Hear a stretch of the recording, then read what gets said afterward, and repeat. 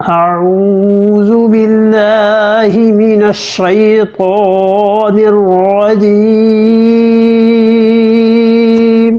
بسم الله الرحمن الرحيم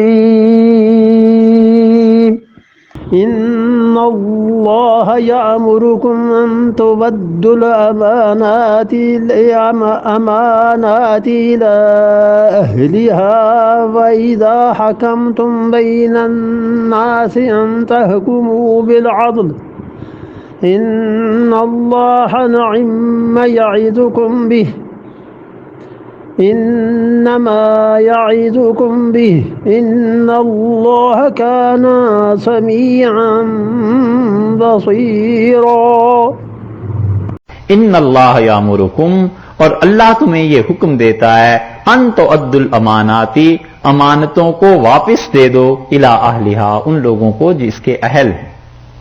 وَإِذَا حَكَمْتُمْ بَيْنَ النَّاسِ، اور جب تم لوگوں میں فیصلے کرو، ان تحکموا بالعدل، انصاف کے ساتھ فیصلے کرنا، ان اللہ، بلا شک و شبہ اللہ، نعمہ، بہت ہی اچھی، یعظکم بہ، تمہیں یہ نصیحت کر رہا ہے، ان اللہ کان سمیعا بصیرا، اللہ سننے والا اور دیکھنے والا ہے۔ تو آپ نے بلایا اور آپ نے کہا عثمان، اللہ نے کہا ہے کہ امانت واپس کروں ان کو جو اس کے اہل ہیں، اور عثمان اور ان کے چچا شیبہ رضی اللہ عنہما تھے، ان کے ہاتھ پہ رسول اللہ صلی اللہ علیہ وسلم نے چابی دی، اور آپ نے فرمایا عثمان یہ چابی پہلے تمہیں تمہاری قوم نے دی تھی، اور اب میں اللہ کا رسول تمہیں یہ چابی دے رہا ہوں قیامت کے دن تک کے لیے، خالدتن طالدتن، ہمیشہ ہمیشہ تمہارے خاندان میں رہے گی، اور اس چابی کو سوائے کسی ظالم کے اور تمہارے خاندان سے کوئی نہیں لے گا۔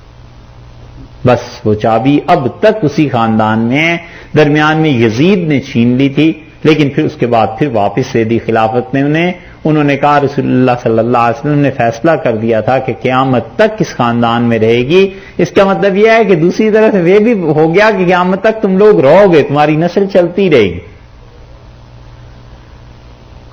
اسی لیے یہ فیصل کے جو باپ تھے فہد وغیرہ کے عبدالعزیز،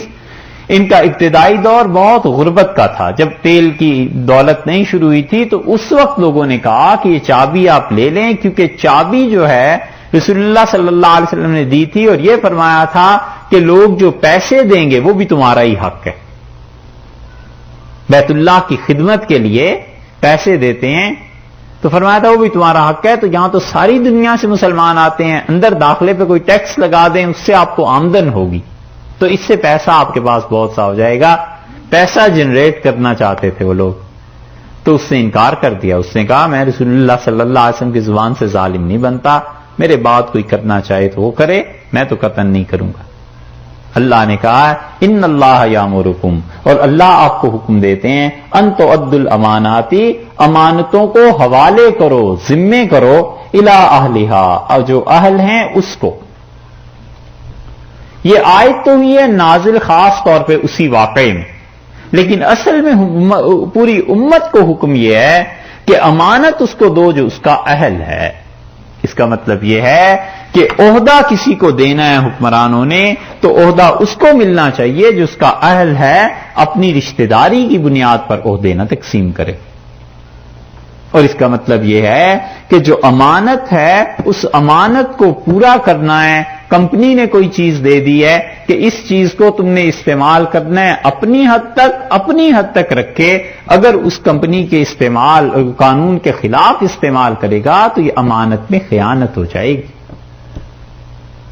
اس ایک آیت کریمہ پر مسلمان اگر عمل کرنا شروع کر دیں، زندگی کے 20 مسائل حل ہو جائیں کہ اللہ نے فرمایا امانت اس کے سپرد کرو جو اہل ہے۔ یہ جو گدی نشینی کا سلسلہ چلے ہوئے ہیں نا اب ہر طرف، کہ والد کے انتقال کے بعد وراثت میں گدی بیٹے کے پاس آ گئی، بیٹے کے بعد پوتے کے پاس آ گئی، اور اپنے شیخ کے خلفاء میں کتنے بڑے بڑے لوگ ہوتے ہیں جو بیٹوں سے زیادہ اچھے نیک اور اہل ہوتے ہیں، انہیں کوئی نہیں بٹھاتا، دوسروں کو بٹھا دیتے ہیں، یہ امانت میں خیانت ہے۔ اسی طرح علماء ہیں اپنے بیٹوں کو اپنی جگہ پہ بٹھا دیتے ہیں، اگر اہل ہو پھر تو سبحان اللہ کیا کہنے، اور اگر اہل نہ ہو تو اس کو امانت سپرد کر دینا، یہ چیزیں آخر امانت ہے نا، ایسے نہ کرے۔ اور اسی میں وہ باتیں بھی آ جاتی ہیں جو آدمی کسی سے تنہائی میں کرتا ہے، یا حدیث میں آیا ہے رسول اللہ صلی اللہ علیہ وسلم جب تم میں سے کوئی کسی سے بات کرے اور بولنے والا ادھر ادھر دیکھے تو اس کا مطلب یہ ہے کہ وہ تم سے امانت کی بات کر رہا ہے، اس بات کو کسی کو نہ بتانا۔ منع کیا ہے کہ مجلسیں امانت کے ساتھ، کسی کا راز پتا چل گیا ہے وہ امانت ہے، اسے خبردار جو دوسرے تک منتقل کرے۔ اللہ نے فرمایا امانت اس کے سپرد کرو جو اس کا اہل ہے، اور جب کوئی اہل ہی نہیں ہے امانت دے دی، بس یہ قیامت ہے۔ اسی لیے حدیث میں آیا جبریل امین نے پوچھا رسول اللہ صلی اللہ علیہ وسلم سے، صحیح بخاری میں ہر جگہ یہ حدیث ملے گی کہ انہوں نے عرض کیا اللہ کے رسول قیامت کب آئے گی؟ آپ نے فرمایا جب عہدے ان کے سپرد ہونے لگیں جو اہل نہیں ہیں تو فانتظر الساعہ، پھر قیامت کا انتظار کرو۔ اور یہی ہوتا ہے، پیسہ ان کے پاس چلا گیا جو اس کے اہل نہیں تھے۔ آپ کبھی غور کیجئے گا، اس امت کے زوال کے اسباب کوئی مورخ لکھے گا تو یہ ضرور لکھے گا، اگر اس کی نظر وسیع ہوئی، کہ اس امت کے زوال کے اسباب میں سے یہ ہے کہ پیسہ اور جہالت جمع ہو گئی تھی ایک ہاتھ میں۔ دولت اہل علم کے پاس نہیں رہی، جاہلوں کے پاس چلی گئی۔ تو اسباب، ذرائع، وسائل جو علم کے، تعلیم کے عام کرنے کے تھے، نشر کرنے کے تھے، وہ جاہل لوگوں کے پاس پیسے چلے گئے۔ انہیں ویسے ہی کوئی تعلیم کی قدر نہیں تھی، انہوں نے اپنے پیسے کو کیوں تعلیم میں استعمال کرنا تھا بھائی؟ یہودیوں نے پروجیکٹ بنایا اور انہوں نے کہا کیا $1 بلین اکٹھے کریں اور جو بیت المقدس کے امام ہیں یہودی ان کو پیش کرنا ہے اور انہیں کہنا ہے کہ خدا کا ایک گھر بنائیں۔ یہ 80s کی بات ہے، اور پیسے جمع کر کے ایک تقریب منعقد ہوئی اور پوری دنیا سے بڑے بڑے یہودی وہاں گئے، اس کی ویڈیوز وغیرہ بھی بن گئی ساری، اور انہوں نے امام صاحب کو پہلے سے بتا رکھا تھا، بہت اچھی سرمنی ہوئی، سب کچھ ہوا اور بلایا، اور انہوں نے کہا کہ $1 بلین کے یہ چیکس ہیں اور یہ اس لیے لائے ہیں کہ آپ خدا کا کوئی اچھا سا گھر یروشلم میں بنائیں اور جس سے اللہ راضی ہو اور سلیمان اور داؤد علیہ السلام کی یاد تازہ رہے۔ تو اس آدمی نے ربائی جو تھا ان کا، اس نے تقریر کی اور اس نے کہا یہ $1 بلین واپس لے جاؤ، اور اللہ کو کوئی ضرورت نہیں ہے تمہارے ان گھروں کی، اور خدا اس گھر سے خوش نہیں ہوگا، خدا اس سے راضی ہوگا کہ یہ $1 بلین جو ہیں یہ یہودی بچوں کی تعلیم پہ خرچ کرو، وہ پڑھیں گے اور پھر اللہ تم سے راضی ہوگا اور خوش ہوگا۔ اور وہاں انہوں نے ٹرسٹ بنا دیا اور ان کا پوری دنیا میں یہودی بچے وہ ڈاکٹریٹ کی ڈگری تک بھی پہنچے تو ٹرسٹ اس کا ادا کرے گا، کیونکہ یہودی اور ڈاکٹریٹ سے کم ہو تو پڑھا لکھا نہیں۔ یہ حال ہے، پیسہ جمع ہوا نا، اور کہاں پہنچا؟ یہ امانتیں ہیں قوم کی، اور جب وہ نااہل کے پاس چلی جاتی ہے تو پھر اسے اپنی جو بھی ہے اس کے مطابق خرچ کرتا ہے۔ امت اس لیے ڈوب گئی کہ پیسہ ان ہاتھوں میں چلا گیا جو جاہل تھے، تو جو علم کا کام تھا، جو کام کرنے کے تھے، وہ پائی مانگ کے کام کرتے رہے۔ شاہ عبد القادر صاحب رحمت اللہ علیہ جیسا آدمی بھائی کے پاس چلے گئے اور کہا بھائی 2 جوڑے کپڑے سال میں دے دیا کریں اور 2 وقت کا کھانا روزانہ دے دیا کریں۔ یہ حالت تھی، ان حالتوں میں لوگوں نے کام کیے۔ پچھلے 300 برس سے بر صغیر میں کسی حکومت نے اسلام کی سرپرستی نہیں کی، آپ کے ہاں تو بات ہی کیا، ہمارے ہاں بھی۔ تو یہ علم کیسے چلتا رہا ہے؟ یہ اس بھوکے پیٹ کے ساتھ اور اسباب اور وسائل کی قلت کے ساتھ اور قرضوں کے بوجھ میں، یہ ہے تباہی۔ اسی طرح گھروں میں بھی یہ ہوتا ہے کہ امانت، اللہ نے پیسہ دیا ہے، اپنی اولاد میں سے اس کو پیسے سے زیادہ بینیفٹس پہنچنے چاہیے تھے جو اس کا اہل ہے، جو کام کر رہا ہے کچھ خدا کے دین کے لیے، انسانوں کی فلاح و بہبود کے لیے، اور اس پہ ذاتی محبتوں کو ترجیح ہوتی ہے۔ آدمی یہ نہیں سوچتا کبھی بھی جو امانتیں اللہ نے دی ہیں نا، اسے غیر اہل کے سپرد نہ کیجیے۔ عہدے دینے ہیں اس کو جو اس کا اہل ہے۔ اللہ نے جو کچھ بھی دیا ہے اس کی اہلیت کو دیکھے. باتیں ہیں، مجلسیں ہیں، گھریلو جھگڑے، خاندانی جھگڑے کھڑے ہو جاتے ہیں کہ فلاں نے یہ کہا، فلاں نے یہ کہا. جو آدمی جس بات کو سمجھنے کا اہل ہی نہیں ہے، کیوں آخر اسے لوگ نقل کرتے ہیں؟ بہت سی باتیں ہیں بھائیوں کے درمیان ہوتی ہیں، اب اس کو نقل کرنا والد سے جا کے تاکہ خاندان میں پھوٹ پڑ جائے، غلط بات ہو گئی نا. جو جتنا سمجھتا ہے، اہل ہے، اس کے ذمے کرو، اس کے حوالے کرو. اللہ نے فرمایا ایک بات، وَإِذَا حَكَمْتُمْ بَيْنَ النَّاسِ، اور جب لوگوں کے درمیان فیصلے کرنے ہیں، أَن تَحْكُمُوا بِالْعَدْلِ، تو دیکھو انصاف کے ساتھ فیصلہ کرنا. یہ ہے دوسری چیز، عدل جس کے قیام کا حکم دیا ہے. اور معتزلہ کے نزدیک عدل دین کی شرائط میں سے ہے، دین کے بنیادی اراکین میں سے. اللہ نے کہا ہے عدل کرو، انصاف کرو، جو جس چیز کا اہل ہے اس کے حوالے وہ چیز کرو. اور انصاف جب کرو گے تو ساری طرف نگاہ کرنی پڑے گی کہ کہیں میں کسی کے حق میں ظلم تو نہیں کر رہا، زیادتی تو نہیں کر رہا. عدل کو قائم کرو. اور یہ دو چیزیں، ان اللہ نعم یعظکم بہ، اللہ بہت ہی اچھی نصیحت کر رہا ہے تمہیں. یعظکم واز کر رہا ہے، واز کا مطلب نصیحت ہوتا ہے نا. اللہ بہت اچھی نصیحت تمہیں کر رہا ہے، اللہ کی بات مانو، عدل کو قائم رکھنا. اور یہ امانتیں اس کے سپرد جو امانت کا اہل ہے. ان اللہ کان سمیعا بصیرا، اور اللہ سننے والا ہے اور اللہ خوب دیکھنے والا ہے. بس جناب آگے جو من الشیطان الرجیم، بسم اللہ الرحمن الرحیم، 5ویں پارے میں سورہ نساء کی آیت نمبر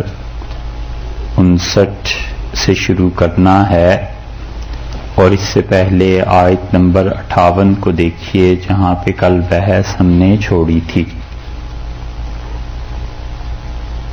اور اللہ تعالی نے اس میں یہ حکم ارشاد فرمایا کہ ان اللہ یأمرکم ان تؤدوا الامانات الی اہلھا، اور اللہ تعالی بلا شک و شبہ تمہیں یہ حکم دیتا ہے کہ امانتیں سپرد کرو اور پہنچاؤ امانت والوں کو.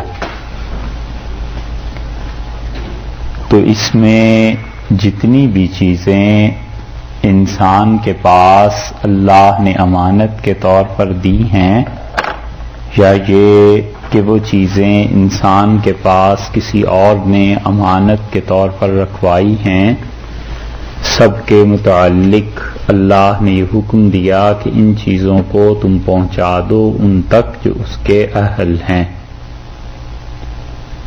سو اس سے معلوم ہوا کہ انسان کے اپنے جسم میں جو امانتیں اللہ نے رکھی ہیں، قوت ہے، علم ہے، دولت کمانے کی صلاحیت ہے، یہ ساری امانتیں بھی ان تک پہنچائی جائیں جو اس کے اہل ہیں. اور نااہل کے ذمے کام نہ کیا جائے. اور اگر نااہل کے ذمے کام ہو جائے گا تو وہ اس امانت جو اس کے پاس تھی اسے خراب کر دے گا، اور مجموعی طور پر مسلمانوں کے کام بگڑ جائیں گے. پیسہ ہے جو اس کے اہل ہیں ان کے سپرد کیا جائے، اسی طرح علم ہے جو اس کے اہل ہیں انہیں سکھایا جائے. اعلیٰ حاصل کے آس طاقت اور قوت اللہ نے دی ہے، تو طاقت اور قوت کو ان لوگوں کی مدد کے لیے صرف کیا جائے جو لوگ اس کے اہل ہیں، اور جو اس کے اہل نہیں ہیں انہیں اپنے پاس سے طاقت اور مدد ان کے لیے صرف کرنا، یہ چیز اس آیت کریمہ کے خلاف ہے. تو عمومی طور پر ہم لوگوں کو یہ چاہیے کہ اپنی زندگی میں غور کرتے رہیں کہ کسی پر بھی اعتبار کرنا ہے تو وہ اس کام کا اہل ہے یا نہیں، کسی کی سفارش کرنی ہے تو وہ اس کا اہل بھی ہے یا نہیں. اور اگر وہ اس کا اہل نہیں ہے تو سفارش کرنے والا بھی گناہگار اور جو اس کے ذمے کام لگائے گا وہ بھی گناہگار۔ مثلا امیر ہے، گورنر ہے، کوئی اور پوسٹ ہے اس کے پاس، اور اسے اچھی طرح پتا ہے کہ میرا بیٹا اس کے قابل نہیں ہے، تو اب اس سے جو کوئی کہے کہ آپ اپنے بیٹے کو رکھ لیں یا وہ خود سے رکھ لے تو یہ سارے گناہگار ہوں گے، کیونکہ انہیں اچھی طرح اندازہ بھی ہے اور علم بھی ہے کہ یہ منصب اس لڑکے کے قابل نہیں ہے۔ اسی طرح زندگی کے جتنے بھی معاملات ہیں، انسان اس میں سوچے کہ کون اس قابل ہے کہ اسے یہ چیز دی جائے، تو پھر جا کر کہیں کام بنتا ہے۔ اگر اس پہ مشائخ اور وہ جو صوفیاں ہیں وہ عمل کریں تو کبھی بھی ناقص اور نالائق کو خلافت نہ دیں۔ ہمارے زمانے میں یہ بہت بڑی مصیبت ہو گئی ہے، بہت بڑی تکلیف دہ چیز ہو گئی ہے کہ لوگ اب جو مشائخ صحیح سلسلوں کے ہیں، ان کے بزرگان دین بالکل ٹھیک تھے، وہ ایسے نالائقوں کو خلافت دینے لگ گئے ہیں کہ ان نالائقوں کو سرے سے یہی نہیں پتا کہ اتباع سنت کیا ہے، یہاں تک کہ عقیدہ جو صحیح ہونا چاہیے بعض کا تو وہ بھی نہیں ہوتا، اور حضور اقدس صلی اللہ علیہ وسلم کی سنن سے اگر ظاہر کی زندگی ان کی بھری ہوئی بھی نظر آتی ہے تو باطن کے اعتبار سے ناکارہ ہیں۔ ایسے لوگ اب انہیں خلافتیں ملنے لگی ہیں، تو ظاہر ہے کہ یہ ایک نااہل کے ذمے چیز چلی گئی، تو وہ نااہل جتنی بھی تباہی پھیلائے گا وہ اپنے شیخ اور اپنے بزرگوں کے نام پر ہی پھیلائے گا۔ تو یہ بہت غلط حرکت ہے جو بعض جگہوں پہ اب ہونے لگی ہے، حتیٰ کہ اتنی جلدی خلافتیں مل جاتی ہیں کہ پچھلے زمانوں میں تو بزرگ اتنی جلدی بیعت نہیں کیا کرتے تھے جتنی جلدی خلافت دے دیتے۔ حضرت تھانوی نور اللہ مرکزہ کے ہاں حضرت فرماتے تھے کہ جو میں بیعت میں جلدی نہیں کرتا اور بہت زیادہ دقت کے ساتھ کام کرتا ہوں، تو ایک جگہ فرمایا کہ جن کو میں بیعت کر لیتا ہوں وہ پہلے دن خلافت کے اہل ہوتے ہیں، لیکن چونکہ اپنے بزرگوں کا یہ طریقہ نہیں رہا اس لیے میں اس پہ عمل نہیں کرتا، اور بہت امتحان اور ان چیزوں میں جو ڈالتا ہوں اسی وجہ سے کہ پتہ چل جائے کہ جو اس طلب کو لے کر آیا ہے وہ بھی سچا ہے یا ایسے ہی مجھے دیکھ کے متاثر ہو کے ایسے کام کر رہا ہے۔ اتنے محتاط تھے وہ لوگ، اتنے تو اب خلافت دینے والے محتاط نہیں رہے۔ اسی طرح علماء کا حال ہو گیا کہ وہ مسجد میں اپنی جگہ پر اپنے بیٹوں اولاد ان کو چھوڑ جائیں گے، قطع نظر اس کے کہ جتنا انہوں نے خود پڑھ رکھا ہے اتنا کوئی اہل بھی ہے یا نہیں، اتنا اس بیٹے کے پاس بھی علم ہے یا نہیں، اس نے تو کچھ پڑھا لکھا ہے نہیں، نہ محنت کی، باپ کی کمائی پر گزارا اتارا، اور یہ پتا تھا کہ سیٹ پکی ہے، والد کے انتقال کے بعد مسجد کس نے آنا ہے، ہمیں ہی ملے گی۔ تو اس وجہ سے لوگوں میں علم کم ہو گیا اور تربیت کم ہو گئی۔ یہی حال حکومتوں کا بھی ہے کہ بڑے بڑے حکمران نااہل افسروں کو سامنے لے آتے ہیں محض اس لیے کہ یہ ہمارے گروہ سے تعلق رکھتا ہے، ہمارے مذہب سے تعلق رکھتا ہے، ہمارے دین سے تعلق رکھتا ہے، یا اپنے علاقے سے تعلق رکھتا ہے، اپنے گاؤں کا ہے، اپنے شہر کا ہے، یا یہ کہ زبان ہم لوگ اکٹھی ایک جیسی بولتے ہیں۔ اس طرح کی جتنی بھی چیزیں ہیں یہ امانت میں خیانت کے مترادف ہو جاتی ہیں۔ تو آدمی یہ دیکھے کہ جو اہل ہے اس کو لائے اور جو نااہل ہے اس کے ذمے نہ کرے، کیونکہ مذہب کے کام نہ ہوں اور دنیاوی چیزیں ہوں تو پھر مذہب کی بھی قید نہیں ہے، پھر تو اس کو دیکھنا چاہیے جو ان چیزوں کا اہل ہے، اور وہ جسے کہتے ہیں نا میرٹ پہ پورا اترنا، جو اس پہ پورا اتر رہا ہے کام اس کے سپرد کیے جائیں تاکہ ملک میں اور عام عوام اس سے نقصان نہ اٹھائیں۔ دوسری بات یہ فرمائی کہ وَإِذَا حَكَمْتُمْ بَيْنَ النَّاسِ، اور جب تم لوگوں کے درمیان فیصلہ کرو، أَن تَحْكُمُوا بِالْعَدْلِ، تو فیصلہ انصاف پر مبنی ہونا چاہیے۔ یہ ایسی چیز ہے کہ اگر کوئی انسان انصاف سے فیصلہ نہیں کرے گا تو وہ ظلم کرے گا، اور جتنا ظلم کرے گا قیامت میں اتنا ہی اللہ کے ہاں پکڑا بھی جائے گا اور اتنی ہی قبر اپنی تعریف کرے گا۔ ہمیشہ انصاف سے کام لے، اور دو چیزوں کے ساتھ اپنا تعلق رکھے، یا تو انصاف کرتا رہے اور یا احسان کرتا رہے، ظلم کی طرف کبھی نہ جائے، کیونکہ ظلم دنیا میں بھی اس کا بدلہ مل جاتا ہے اور آخرت تو برباد ہوتی ہوتی ہے۔ اس لیے ارشاد فرمایا ہے یہ کہ اذا حکمتم بین الناس ان تحکموا بالعدل، انصاف کے ساتھ تم لوگ کام کرو، جو کوئی بھی کرو تو انصاف یہ نہیں ہے کہ انسان ایک طرف کی سن کے بے لاگ تبصرے اس پہ کرتا رہے، بلکہ دونوں طرف کی سنیں۔ کبھی کبھی گھر میں، خاندان میں، لوگوں میں جھگڑا ہو جاتا ہے تو صرف ایک طرف کی سننے کے بعد اس کے پہ عمل کرنا منع کیا ہے اس سے شریعت نے، حتیٰ کہ بچوں کے بارے میں صرف ان کی ماں کا سن لینا کہ آج سارا دن تنگ کرتے رہے، ستاتے رہے، ایسے ہوا اور باپ نے اٹھا کے تھپڑ مار دیا، بغیر یہ سوچے کہ پوچھے تو صحیح بچے سے کہ بیٹے کیا حرکت کی، کس وجہ سے ماں کو تنگ کیا ہے۔ ممکن ہے کہ کبھی اس کے پاس ایسا عذر ہو جس کا علم ماں کو بھی نہ ہو اور بچہ والد کو بھی بتا سکے کہ یہ عذر تھا، اس وجہ سے یہ کیا تھا، اور وہ اپنے عذر میں سچا بھی ہو۔ کئی مرتبہ ایسے ہو جاتا ہے۔ تو یہ سب چیزیں عدل کے منافی ہیں، اور جب انسان عدل سے کام لیتا رہے گا تو پھر اللہ کا خوف پیدا ہو جائے گا۔ اور دوسری بڑی یہ چیز کہ طبیعت سے عجلت نکل جاتی ہے، جلدی نکل جاتی ہے۔ جو ہوتا ہے نا کہ ہر کام جلدی کرو، انسان کو سوچ سمجھ کر پھر کام کرنے کی عادت پڑ جاتی ہے، ٹھہر کے سوچ کے پھر کام کرتا ہے، لیکن اتنا بھی نہ سوچے۔ جیسے ابن حجر رحمۃ اللہ علیہ نے ایک لکھا ہے، ابن حجر مکی تھے، وہ کہتے تھے کہ ایک مرتبہ مصر کی جامع مسجد قاہرہ میں میں نے نماز پڑھی تہجد کی۔ ابن بطوطہ نے بھی ایسی چیزیں لکھی ہیں، وہ کہتے ہیں کہ نماز پڑھ کے تو میں تہجد کی دیکھا ایک آدمی وضو کر رہا ہے تو میں نماز پڑھنے لگا، فجر پڑھ لی۔ فجر کے بعد جب اشراق کے وقت آیا تو ابھی بھی وضو کر رہا تھا۔ تو مجھے بڑا تعجب ہوا کہ اس انسان کو کیا ہو گیا، تو میں یہ تماشا دیکھتا رہا، وضو کرتا تھا، پھر تھوڑا سا چلتا تھا، پھر آ کے وضو کرتا، پھر جاتا تھا، پھر وضو کرتا تھا۔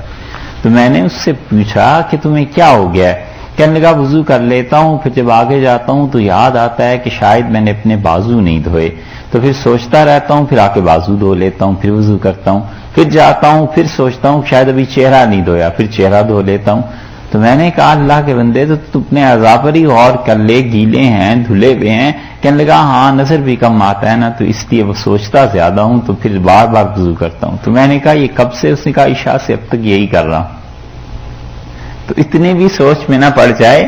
مگر یہ کہ جو مناسب چیز ہے اس سے کام لے۔ اللہ نے فرمایا کہ لوگوں کے درمیان فیصلے کرو عدل کے ساتھ۔ ان اللہ نعم یعظکم بہ، اور اللہ بہت اچھی تمہیں اس طرح سے نصیحت کر رہے ہیں اس کے ساتھ کہ زندگی میں دونوں چیزوں کو اپناؤ۔ ایک تو امانت اس کے سپرد کرو جو کہ اس کا اہل ہے، اور دوسری چیز یہ کہ تم اس کے ساتھ ساتھ عدل اور انصاف سے کام لینا۔ یہ اسی طرح امانت جو ہے اس میں یہ بھی شامل ہے کہ انسان جو رشتوں میں اپنی رائے دیتا ہے نا، یہ بھی امانت میں شامل ہے کہ انسان جب یہ سمجھتا ہو کہ یہ رشتہ اس قابل نہیں ہے تو صاف رائے دینی چاہیے، ایسے نہ ہو کہ اپنے خاندان اور اثر یا کسی اور وجہ سے دب کے رائے دے دے۔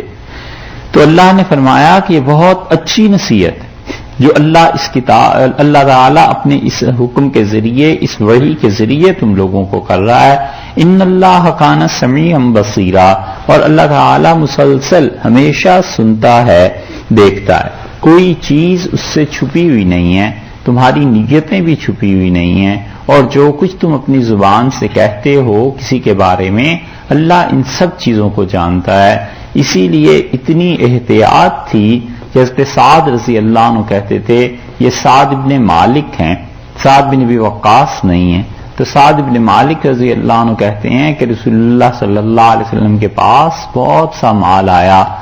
اور صحیح بخاری کے آغاز میں یہ حدیث آئی ہے کہ آپ نے اس مال کو تقسیم کیا، تو مجھے ایک دوست تھا میرا بہت اچھا لگتا تھا، تو میں نے سفارش کی رسول اللہ صلی اللہ علیہ وسلم سے کہ اسے بھی کچھ دیں، اور میں نے عرض کیا کہ اللہ کے رسول واللہ انہ مسلمن، اللہ کے قسم یہ میرا دوست مسلمان ہے۔ تو رسول اللہ صلی اللہ علیہ وسلم مومن بھی ہے، میں نے کہا اللہ کے رسول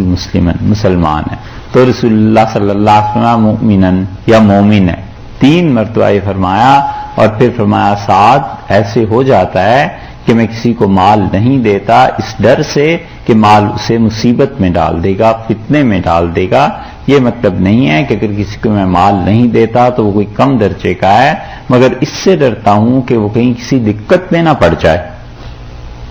تو اس لیے